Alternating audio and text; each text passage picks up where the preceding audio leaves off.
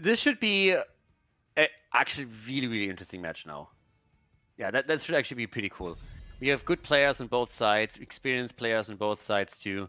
And I mean, if you have followed Heroes, not only in the HGC era, but also afterwards, then you should actually be familiar with pretty much every single name here. A lot of these guys played in the in-house tournament. They played in Method Madness. They played in a lot of the previous cups that we had, Division S as well. So yeah, those should be familiar names to you. And there is obviously also Ice Cream now on the red team side. Storky for a while was absent, came back then. But this should be a really fun game between the two teams here. And pepeMLady has been playing in Division 1 for a long time, has also participated in a lot of the higher level cups and tournaments. So this could be a really fun game, especially since it's Battlefield of Eternity, which usually leads to a lot of team fighting. Yes, it does. With Anna taken out, though, she is, well, was in this case devastating in the last series we watched. We already know how powerful she is. Going to see her taken out. Her and Rhaegar are the top in terms of snowball level supports right now. So seeing Anna taken out makes a lot of sense. Wouldn't be surprised to again maybe see Johanna banned out in this draft. We will see. Well, what do we get? Zarya ban. So no Zarya and Garrosh shenanigans on this map, so we don't get that speed barrier. The interesting part is actually that pepeMLady is a team that for some reason they like to play Artanis as a late pick on Battlefield of Eternity. They've done it 4 or 5 times now that I casted them in Division 1 and others. I think they lost 80% of those games where they picked him, which doesn't really come as a surprise because the heroes just got awful as an offlaner, even on Battlefield of Eternity, especially since with the recent change, they're not even going into the extra damage against the Immortal, but try to stack. It backfired heavily. I don't know if they did it in the last 2 series that I casted from them, which was actually just like last week, because they wanted to give it a shot and didn't really care too much. I think they were in lead at the time. But just saying, it is a pick that I've seen previously on this map multiple times from them. Like I said, the race is good. It has value, but it doesn't seem to get as much success as some of these teams seem to believe it would. Speaking of success, though, Tassadar coming in as the first pick. But ETC left available, Johanna and Garrosh removed, he becomes the highest priority tank. And Rhaegar makes it in. Yeah, Rhaegar's in, so we got the Lightning Shield for Camp Clear and also for extra damage on the Immortal side. Can still play the game with Bloodlust, especially if you can get a Grey main. Jimmy is in, so we're going to see Exterminator on level 1 to try and burn down the Immortal as quickly as you can. Damage pretty much secured for them. Yeah, and it's a terrifying amount of damage here. Like you said, Exterminator, Reyna doesn't actually need the damage from Ace or his whatever the other town is called to get value. He can still just do massive amounts here. Blaze being picked up here. Now, this leaves them very flexible with their main tank, unless they plan on using Blaze as the main tank, which is possible, but unconventional. Yeah, I would say not here. If you see it, it's mostly like an Infernal Shrines setup, right? I've seen it once or twice also on Dragonshire, but not really all that much on the higher level. But damage output for pepeMLady will be interesting because right now you're looking at Greymane as a potential pick. You're also looking at, let's say, Vala with an arrow build, trying to get the extra damage in.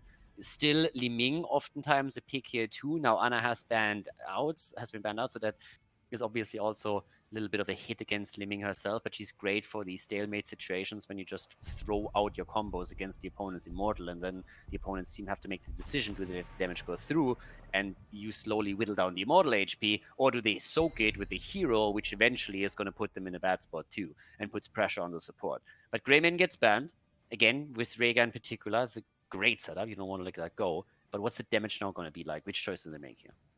Very true. With Greymane gone, with Reyna gone, we've lost 2 of those incredible Bloodlust targets. Sylve, I think, would still be pretty reasonable. She can actually do really good work with auto-attack builds. Leoric, though, potential Mithril Mace style, could be seeing here. And with Li Ming on the board, maybe we won't see the Bloodlust. This could be an Ancestral to keep that Li Ming alive. It's possible. Yeah, so Ritual with Leo and Li Ming is now in. So this is exactly the setup that I talked about previously, where you try to get those combos out and you put pressure on the Immortal. They need a bit more. What I want to know right now is what we're going to get from Gamers here. I mean, we already had some adjustments, banning out Tyrael, for example, so that the double layer of defense is not available. Here comes Diablo, and we get Anduin together with that from Ice Cream. I like the Anduin potential to have potential for that cleanse to deal with ETC. Makes a lot of sense. Burst protection if he wants to, or with Blaze and Diablo, a massive CC combo if they want to run it that way. They have good disengage and they have good engage now. It's a solid comp. Last pick though. There's the Vala setup. So they get Vala and Li Ming. I talked about both earlier. That's going to be the arrow build, trying to stack the level 4 very quickly, then get the repeating arrow on 7, and then just like chunk out the damage against the opponent. And with this setup, you can definitely go strafe here too. There's nothing that really threatens you to an extent where you need the additional stun. You can use it as a follow-up to whatever Wilq does, but Wilq in particular, when paired with Vala on his ETC, can create some space for her to stay safe while she goes for the strafe. So he has both options, depending a little bit on if they want to set Li Ming up for the kill, or if instead they are trying to get the main damage through with Vala. But yeah, they can go into the stun, set up a combo, but she doesn't need it because on the other side there's no Illidan, Greymane, like any hero that would jump on her that she needs to be defensive against. Yeah. There's one hero which could really pull out that Rain of Vengeance, and that is Anduin, if he of course chooses to go for Holy Word Salvation to try and keep the team alive that way. Vala can interrupt it. The other question is Strafe going to be safe with all of the extra crowd control that we do see? So it is very much going to be up to that. It's going to be depending on what Anduin picks, how safe Vala feels, how much she's being inted onto. It's going to be very flexible, and we're not really going to know until level 10 hits. It's a nice hero with a great set of options there. I mean, pretty much every single time that you have a Vala in, what Vala players want to play is mostly strafe, because it gives you a lot of damage. The only questions that you have is, do you need Rain of Vengeance because you have to be on the defensive side? Do you need it for a stun combo on your end? And if that is not the case, does the opponent have too many interrupts so that you can't get safely enough damage in to counteract for that? So that's pretty much the setup that you usually see. And they have to decide that for yourself, because now, as you said, if you have, for example, an ETC power slide, Vala comes in with an additional stun, and Li Ming just sits at the side and gets the flank damage in with the combo, you can set insta-kills up like this. But then again, if you pop a good strafe and get a bit protected by ETC and nobody goes in for a stun, you can really zone the opponent away, or alternatively get a lot of damage out there.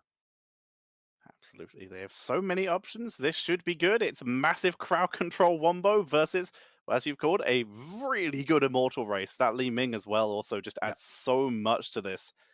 I am excited.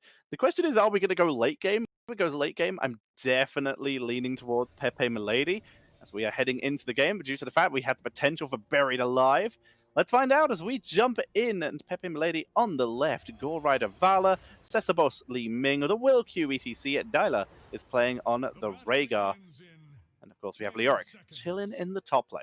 Yeah, Richu on Leoric, and late game will be interesting also because we can still expect Manticore and Farfly Quiver taken from Vala, and that would chunk down Leo incredibly quickly. On the other side, though, Stork is playing the front line here. We got Tobos actually on Jimmy. So Ice Cream, obviously Anduin, and Kelvin on Tacita as we're heading into this one. The traditional setup of laners all the way up at the top and down to the bottom of the map. We're going to see the 4 versus 4, where both teams are now going to try to maybe get an early kill so that they can take the camp safely after the 1 minute mark, and if not, try and play around the 2. Ablar on that Blaze in the top lane, of course. Not an amazing lane up against Leoric, because Leoric, if he gets that Drain Hope onto Blaze, that could be a miserable lane, so he's going to have to play very mobile and make good use of his fire here. In the meantime, though, the wave clear coming out from Vala and Li Ming is forcing the members of Gamers back. Chelvin, though, he has a superb amount of wave clear of his own, just currently was staying a little mounted for safety. Good Volt by Gore prevents stacks for Chelvin. Yeah, I mean, at this point, you're in level 1. You're getting a little bit too far ahead here. Sorry. My mistake. I thought you were talking Vala. Yeah, good. Yeah, Tobos, on the other hand, he goes for the camp top side, so they make the rotation towards the top. And at the same time now, once they identified that there's only 3 heroes down at the bottom of the map, we have the camp there taken as well. But yeah, Kelvin is definitely starting to stack for Vala. It's going to be important after level 4 to get those in as quickly as she can, so that as soon as the... I mean, again, you don't get it on the second Immortal, but around the 3rd, if you can actually complete your quest talent there, that would be absolutely insane, because you can solo chunk it down while the rest of your team is playing a defensive setup around your own Immortals. So if they can get to that, that would be great. Same is, by the way, true for Tobos. So if Tobos with Exterminator is able to get onto Immortal solo, especially on number 1 and number 2, he is going to absolutely murder that thing. Rotation comes in. This is more for the wave clear than anything else. Vala has been the one left in bottom lane to clear this up, and of course, multi-shot will allow her to do so, but that's not going to prevent any tower damage being done. Good job. And Shelvin also gaining a stack. Vault was unsuccessful this time by Gore Rider. Tass was able to get a good chunk of damage, forcing the fountain to be tapped. Talents come in. It's pretty much what we expected. Triumvirate for Li Ming, of course, on level 4 now, which is one of the standard talents. I think Anduin's is the root auto attacks. I didn't catch what he picked, sorry. I will find the name for it because no one ever picks it. This is literally the first time I've ever seen that talent being picked. Because that's kind of crazy. If I'm right, I'm checking the icons now. I mean, if they can... I've seen it a few times now. Yeah. This is my first time seeing it, damn. I mean, it's not... like I've seen it a couple of times just recently in some of the tournaments that we had there. With the rest, it's pretty much what you would actually expect. Again, Triumvirate for Li Ming has become a standard. You can pretty much pick any talent level 4 from her perspective now. When it comes to Vala, the stacks are obviously an integral part of that arrow build. And right now, I would give the lead on the Immortal race to Gamers. I mean, they're obviously already ahead, but like in the damage output department. But once that Vala is more stacked and has a repeating arrow, that equation changes quickly. But Exterminator is right now doing so much work already. It's absolutely crazy, especially on the first Immortal. Gamers did lose the Immortal in that early stage to the halftime show, but now they have control over the area. We do see a 4-man rotate in. Leoric is not here, so it's a 4v4.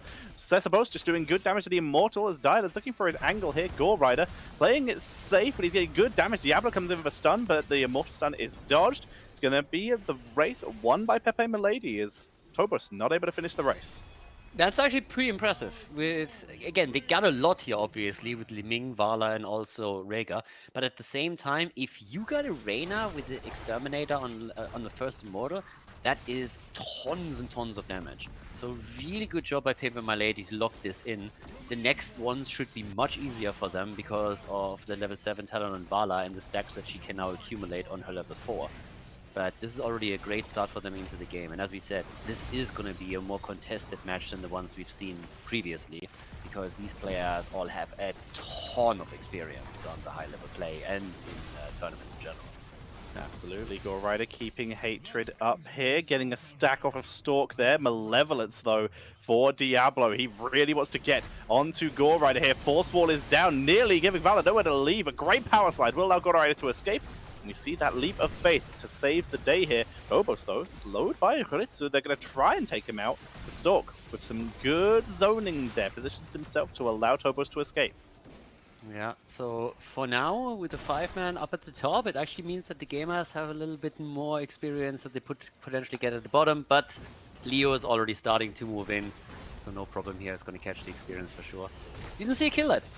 We're on level 7, first Immortal is defended against, 5 minutes in. Diablo going a little bit deep, wall slide, that could be the first one. Stalk in trouble and he goes down. Nicely done, Li Ming with the final hit against him here.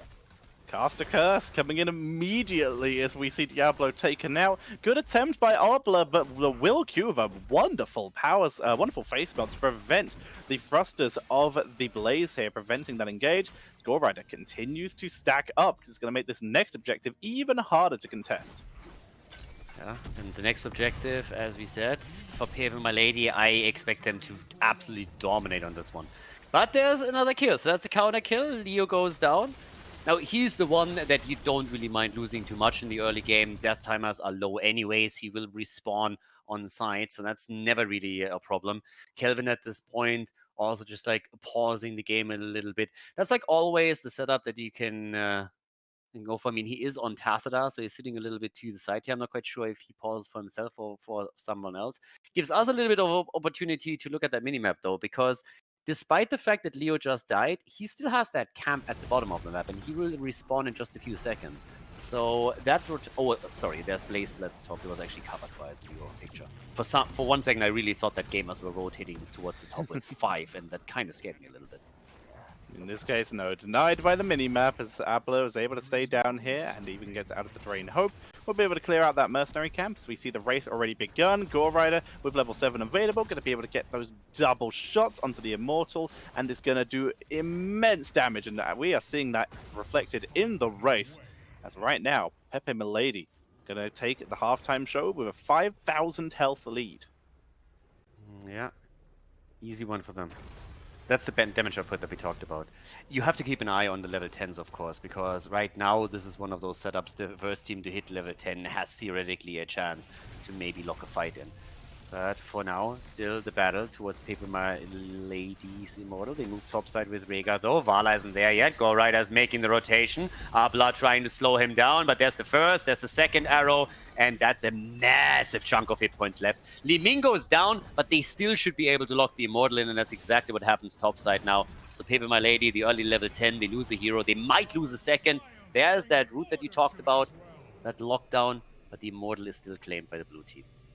Level 10's available for both teams, though. Blaze bunkered, no massive engage memes here with Combustion. Wilq backs out. Li Ming yet to pick her level 10, but we do see that Light Bomb. It's all about this massive stun combo, Light Bomb, Apocalypse, Blaze. They have huge engage, and then, of course, Archon to follow up and do that massive damage output. See how it works. 13 stacks already for Vala, doing pretty good here. Diablo is about to restack souls. She's really doing well. And that is going to show... Oh, there it is. The follow-up stun. He's out. Yeah, but Abla gets still out. I mean, they dropped the ult, so there's at least that. There's also an Apocalypse that was a bit YOLO'd out by Stalk. I didn't force it too much. Now, 2 of the forts are damaged, but they weren't able to take one of them down. So that is actually heavily important right now. So good job by them. Holding those, first of all, so the red team. Still having that going for them. See a little bit of damage. Reyna's Raider able to demount the Wilq. Slow down the rotation a little. Nothing too much to really be too impactful. XP-wise, they are even. They're both holding themselves in this game very effectively. Neither one able to get a huge lead over the other. And with all forts still standing, this is still anyone's game. Yeah, it definitely is. I mean, there is a potential that it snowballs a little bit hard once that we have those 2 forts eliminated on the red team side. But for that, they need to win another objective. And that... Oh, clutch! The Ancestral barely coming out of self-Wilq. If he goes down here, that would be great. They could have stolen the Shaman camp away and then build up some momentum. But as it stands, the blue team still in a bit of a lead overall, at least when it comes to the position on the map. Good Entomb. Diablo pulled out by the Leap of Faith. Light Bomb is dropped, but the Wilq very patient. There's the bottom. It's interrupted by the Overpower. Stalk gonna piece his way out. Hungry Arrow eats away at him. And everyone disengages. Every heroic use on the side of pepeMLady. Gamers, though, still got Bunker, and APOC is just about to come off cooldown, and of course, they have that Archon. Yep. No level 13 for this one. Super even experience. So any kill at this point is honestly a big win, but just look at that bottom pressure from Richu on his Leo. So they get the first 4, and now the pressure here in the middle. Yeah, I mean, it's pretty much on 50% HP just through the poke from Li Ming and from Vala, which is what we talked about during the draft. Look at these combos. One combo after another, and then you're always forced into the decision. What do? Do you let it go through and damage the Immortal? Do you soak it with a hero? Then your opponent can force a fight after some time. That's the halftime show 1, and they can now easily chunk that down if they can cross over towards the right side a little bit. So, yeah, big plays here currently from pepeMLady. Despite the fact that experience is still very similar here. They have all their cooldowns back, though. 5 seconds till Ancestral. We already called about the Mosh Pit being put on the 10-second cooldown, so it is now available for this fight. And everyone is on those level 10s available again. They're going in without Leoric here into the 5v4. The Wilq holds once again, and Stalk tanking through. Cesabos, though, he overextended with that Calamity. No kill was achieved, and as such is zoned away just as level 13 hits. And that might just be a race win coming over for the gamers here, as they will push their way in to try and win this race. Yeah, that's a little bit frustrating for pepeMLady now. They did a great job initially, and they had a great position here, but that kill against him is a big problem. Double entomb as Richu moves in. Look at Gore Rider on the other hand. He's just getting those attacks through, and nobody cares. They're trying to just race him. They're absolutely trying to race him, and it's going to be clutch. If he gets another arrow connected, it could be it. He uses the ult to 2 hit points. 2 hit points on the Immortal. What the hell? No cleanse available. We see Gore Rider go down. That's gotta feel bad. 2 hit points away. Gamers get the Immortal with basically a non-existent shield. It's gonna lose it from landing. Gonna be taken down to melee mode. But wow, what a race between these two teams. And honestly, I thought that the hero that came in soaked one of the arrow hits. I'm not sure. Would have to see a replay here, but we had one of the defenders move in, and I think the RNG actually used 1 arrow on it. And if that's not the case, then they win it. But 2 HP on the Immortal, that's insane. That's absolutely insane. 4 kills against 1 now. And, oh my god. Ford is down. Gamers with 4 kills against 1. So far, we've not really seen an impactful mosh pit as of yet, but it's still available. The Will Q holding it out. This time right now, APOC and Light Bomb are available though, so it's going to be even harder to try and land it, as both teams are still looking for a fight by the looks of it. Yeah, I mean, this is going to get really tough now for... It's still very, very even, but of course, pepeMLady is losing a little bit of the momentum right now that they built up previously, and that could be problematic. So we'll see if they can actually pull through here, but it's not going to be all that easy. So let's see what they actually can do with this. They need to win a team fight at this point. They're doing well on the Immortal when it comes to fights, but they need to do a little bit more and win a battle here. Force Wall was good, but Gore Rider found a way out. Will escape here. Ominous Wraith are doing some good value. Apocalypse comes in. No one is hit, but good damage onto the Oracle, who drops a counter in Tomb, though. EDC, he's zoning around. Great Ancestor onto Richu, keeping him alive as the Light Bomb turns it around as Richu will back out. Mosh Pit finally gets one, and they're trying to finish off Diablo. Will get it. Makes it a 2-for-0. Diablo back for souls, though. The Oric dives deep, and Shelvin able to finish him off, making that a 2-for-1. Yeah, Kelvin gets the kill here. Diablo, he still had the souls, so he'll be back. Still 5 kills against 3, and very, very close between the two teams here. But, oh boy, this is really going down to the wire here. It must be very frustrating for pepeMLady, because, as we said previously, they had good setups around the Immortals, but gamers always found that one... They always found that gap, right? They always find that one moment where they can then get a kill, especially in the last Immortal, where pepeMLady took a massive lead towards the halftime show, and then the gamers come in, and they just do exactly what's needed, get the kill, turn it around, and win it with 2 hit points. So now we have 16 versus 16. It's a fantastic game, honestly. It's a great, great match here.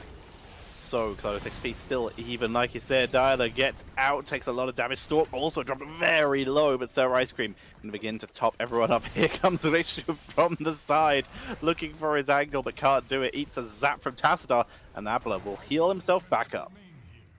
Halftime show already about to be hit.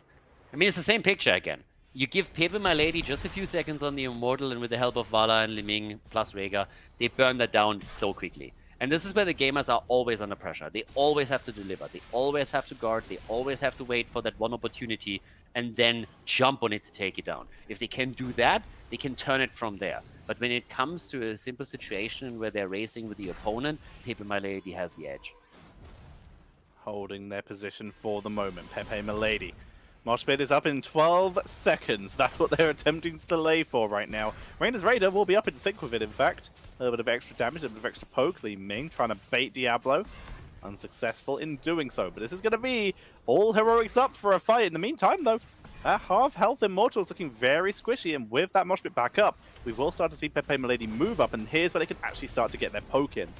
Yeah, there comes the Liming setup again. Arrows also getting connected. And this just chunks. And they can repeat that play in another 20 seconds. So they can just like wait it out, chill, fall back a little bit. The pressure is on the red team. The pressure is really on gamers to make something happen, and they know that too. So they're trying to be more aggressive around it now. We have 16 talents on both sides. Will Q is already looking for an opportunity to slide in and set something up for Liming in particular. Gore Rider, obviously, if he has a chance to slide over again, he's going to try and use that too. Good damage. Diablo comes in, tries to go for the kill, but he can't. The cleanse comes out. They're moving out, and now the Entomb is in. Tassadar gets saved by Andrew, and really well played. Yes, the boss is actually really low on his living and needs to fall back, and Stork comes in with another wall stun against Gore Rider, but there's no follow-up, and they can't take any of the heroes down.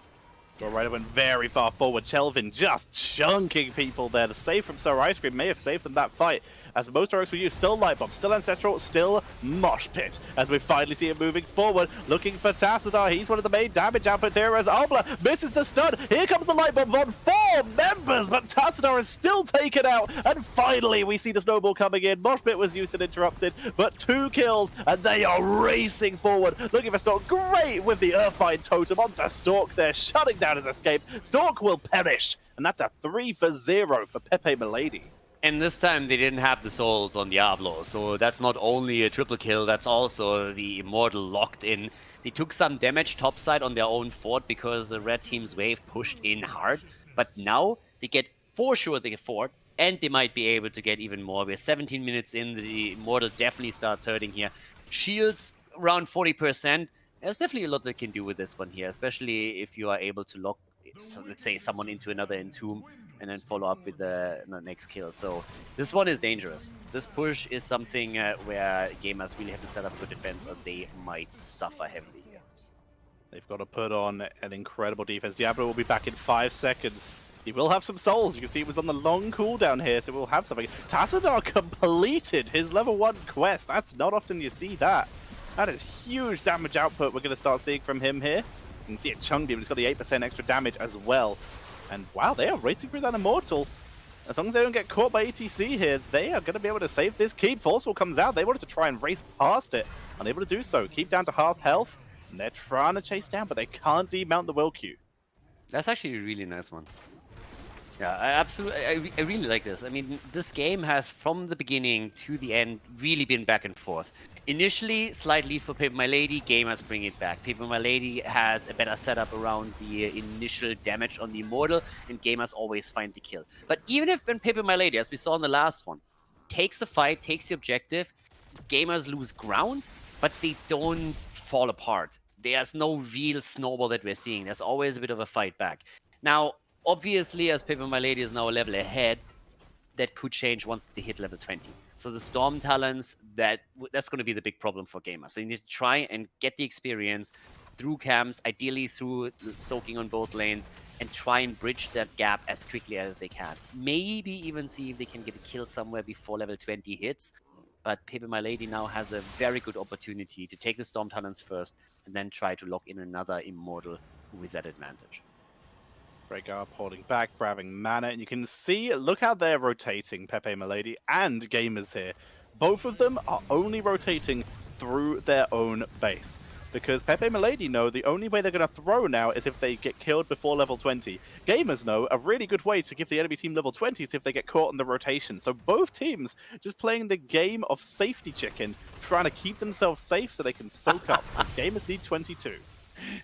Safety chicken, I like it. That one's great. Deathmosh coming in, Farflight Quiver, Repulsion, Storm Shield for Rhaegar. They do have 20. That's going to give them such a big lead on the race here. This is honestly where I'm a little bit terrified for them, just simply because if you also have the Farflight Quiver now, you have the range that Vala needs to really chunk Diablo very, very easily. I mean, now she's not really a part of the fight because she's trying to burn down the Immortal, which she does now. But if she starts chunking Stork here, he's going to be under so much pressure in every single team fight from here on out. It's definitely going to be tricky. And Vala is so much safer at this point too. So these 20s are terrifying. But gamers have to fight. They can't do anything else. They need to go and respond to this. And that's also where we need to watch Leoric, because his Buried Alive can change everything. So what we're seeing here is gamers backing away as they're actually charged in to Gore Rider. Moshpit on just Anduin will lock him down for a while. Bunker comes out as well, keeping everyone alive. Albla very low, but great saving tools here, keeping people in this game. Good repulsion to keep Gore Rider in the game too. Fantastic by Cesibos. Yep, nicely done here. Honestly, for a second it looked like Stork dashed a rock. That's what he looked for just a moment. It was like, wait, what? And I was like, ah, okay. Looked a little bit strange for just a second. But yeah, here comes the damage output. And now there's another arrow, and the hit points on that bad boy just disappear. And I have to highlight it again. That's against a Reyna with Exterminator. So that's how powerful this setup and this combo is that pepeMLady is now playing. Because Jimmy with Exterminator is pretty much one of the top picks if you want to burn down an Immortal. So yeah, nicely done. Alright, so with heroics down on both sides, only light bomb available. Apocalypse about to come back up though. They still have this stun combo. Obla though, in a not good position. Execute's been taken though. Level 20s are available. Obla, he's picked the upgraded bunker. He's going to try and turn it. The rest of the team pushing out a base to try and save him. Diablo coming in from the side, looking for a good repulsion though, and Apoc is burned. Yeah, Apoc is already burned out. 20 versus 20 now at least, but here comes the Entomb, the save of the Ice Cream. Nicely done, that one was important. But of course, that's on cooldown now too. They're pushing top side, Immortal is at the bottom. That keep here is definitely going to fall. The only question is, can they go for keep number 2? Can they go for core? As the defense, trying to burn it down as quickly as they can. This is not going to be easy by any means. What gamers have to do here now. They forced gamers off the Immortal for a little bit. The keep will survive, but what they've done is forced more damage onto it, giving them a better chance to rush in bot lane if they need to. And of course, if they win the next objective. They're also still waiting for their heroics to come back up. 5 seconds on that mosh pit. 10 seconds on Entomb, which is now buried alive, of course. And you can see immediately Li Ming and Rhaegar just getting as far away as possible. They need to be able to get these kills. You can also see how gamers are positioning, because so far they've caught ETC about 3 times here. They've caught the Will Q, but you see them back away because they know Death Mosh is available. And because of that, Rhaegar's actually been able to get off an extra Ancestral that he might not have been able to get otherwise. So we're seeing a little bit of caution out of the game as justified caution, but it is keeping the Will Q in this game. I'm actually amazed that the red team was able to keep the... there's of course a little bit of an aspect of pepeMLady being cautious, but that gamers were able to defend this with not even losing the bottom keep is incredible to me. So this game is still 6 kills against 5, and it's just so close because you can tell that both of the teams are super aware of the fact that if they start to lose a few heroes here, they might just get snowballed a little bit too hard. But the double camp at the bottom of the map now, them pushing through with catapults, and pepeMLady definitely willing to poke here and hoping for that buried alive from Leoric. So if he lands that and they can get a kill, Anduin, he will have to work overtime in order to keep everybody alive, and that's the case. He has been doing a fantastic job, so Ice Cream has got so many great leap of faith to keep people alive in this series, though. He's already working overtime, now he's got to get that double overtime money. So we see the top wave clear coming in. Immortals about to spawn, though. Yeah, Immortals are going to be coming up again.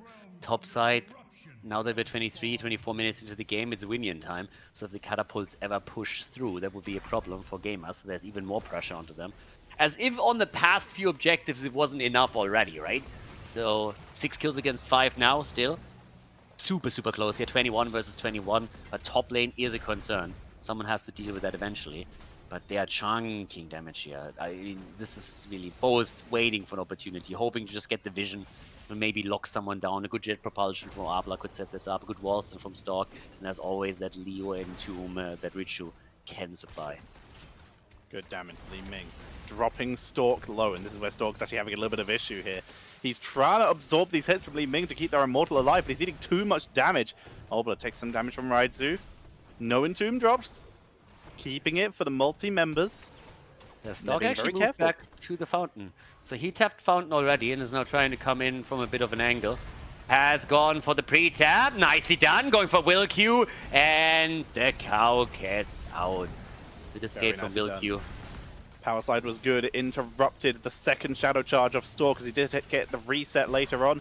We have Archon has been popped. They are committed to this, but this means Archon is not available for a team fight now. They are full in and they will get the halftime show. Archon, though, with Twilight Archon trying to keep it up. They go in and they will get Richu here.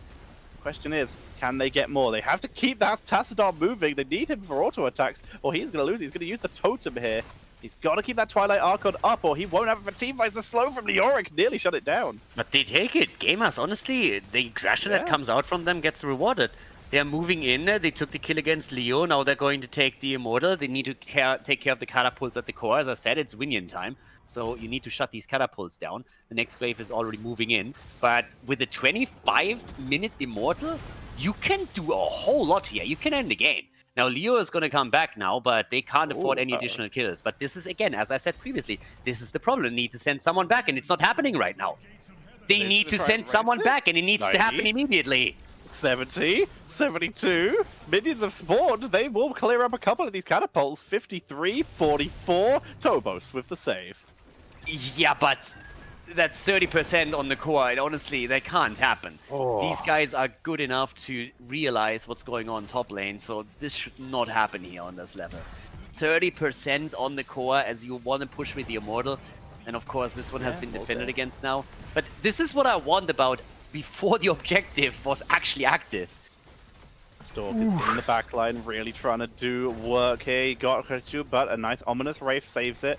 No Archon, Reyna not being here for the objective now expiring, and gamers, like you're saying, you called it before the objective, but they have taken their opportunity to pull out a lead here, and it's been taken away from them. I think what they thought is that they just try and end with the Immortal, that they just ignore the catapults for now, and that they just simply thought or hoped that the next wave would clear at least 1 or 2 out, and they would be faster, you know? I feel that was the thought process here. They definitely knew there were catapults coming in, but either they underestimated the damage a little bit, or they didn't realize how many there were.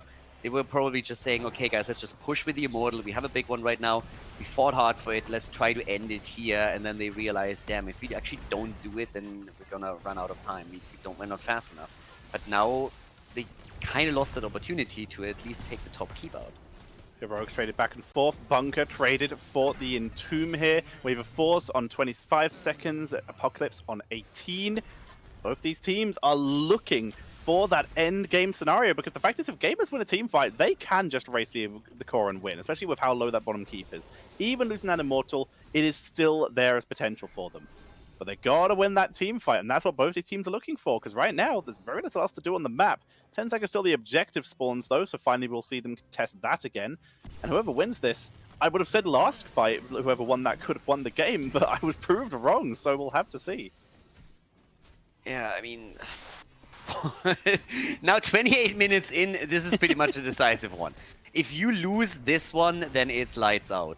And this is obviously doubly so true if pepeMLady locks it in, because they are the ones that are looking now at a 30% core on the other side.